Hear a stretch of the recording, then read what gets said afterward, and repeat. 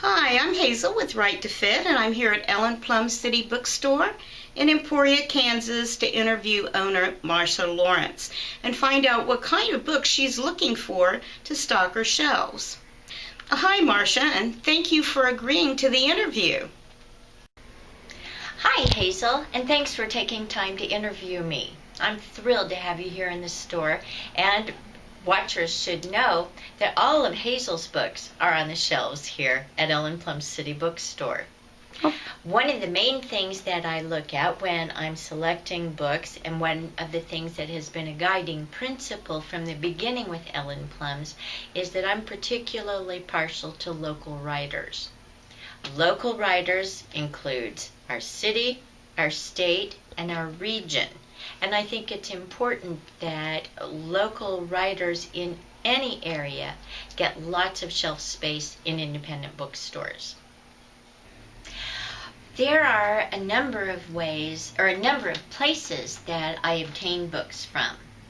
So Hazel, my main distributors and wholesalers are Baker and Taylor, and for me, not nearly as much from Ingram.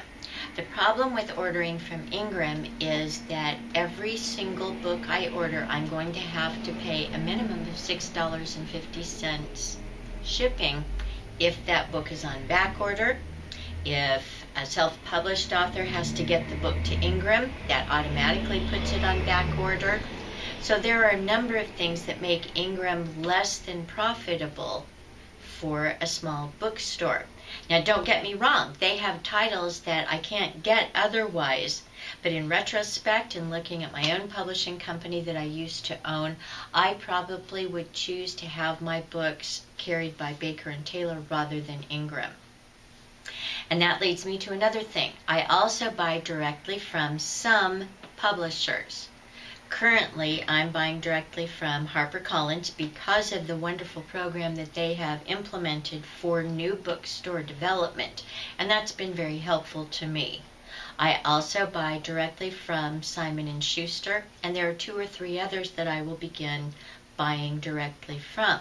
However, there are a number of small publishers that it's very difficult for me to buy from because, again, the shipping issue. Generally, with a smaller publisher, as with a self-published author, it's difficult to make the margins. Bookselling has a thin margin as it is, and sometimes if you add in a shipping charge, there's no profit to be made at all. In fact, there are books that I can buy through any number of wholesalers, distributors, or the publishers themselves, or even the authors themselves, where there's only a 5% margin. So let's work that out. A $10 book, a 5% margin, that's 50 cents.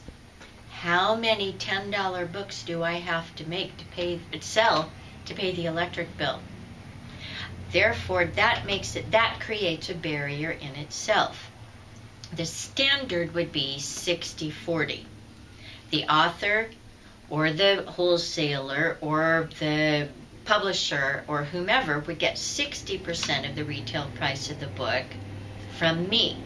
That gives me 40% to pay the rent, pay the light bill, pay the shipping, do the advertising, do all the things necessary to have a bookstore open, host the events, because there are costs for this type of thing. So that's an important thing to consider when I'm choosing who I'm going to purchase books from. Okay, and you did mention the consignment, and one of the questions that I had is, okay, how long can you keep a book on your shelf? Let's say you don't sell the book that an author gives you on consignment for like 6 months. Does that book have to go so you can put something there that'll sell? Actually, in my consignment agreements, I have the option of asking the author to take their books back within 90 days. Now, chances are I'll give local authors a lot more time than 90 days.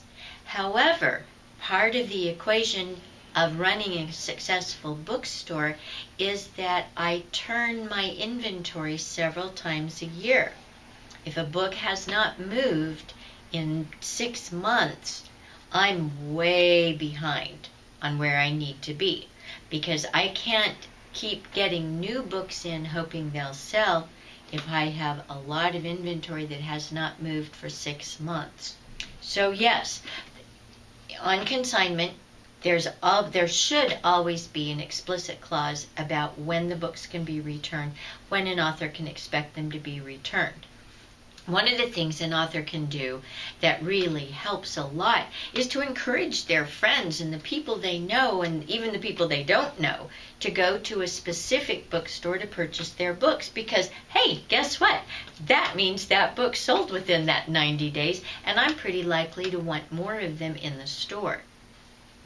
Okay, well, thank you. And they can go to the Ellen Plumb City Bookstore website and get a copy of that consignment form. Is that right? That's correct. They can go to Ellen Plumb's, that's plural, Ellen Plumb's, PLUMBS.com. They can call the store at 620-208-BOOK, 620-208-2665, or they can even jump right onto our Facebook page, Ellen Plumb City Bookstore, and I'll be happy to send any information they're looking for.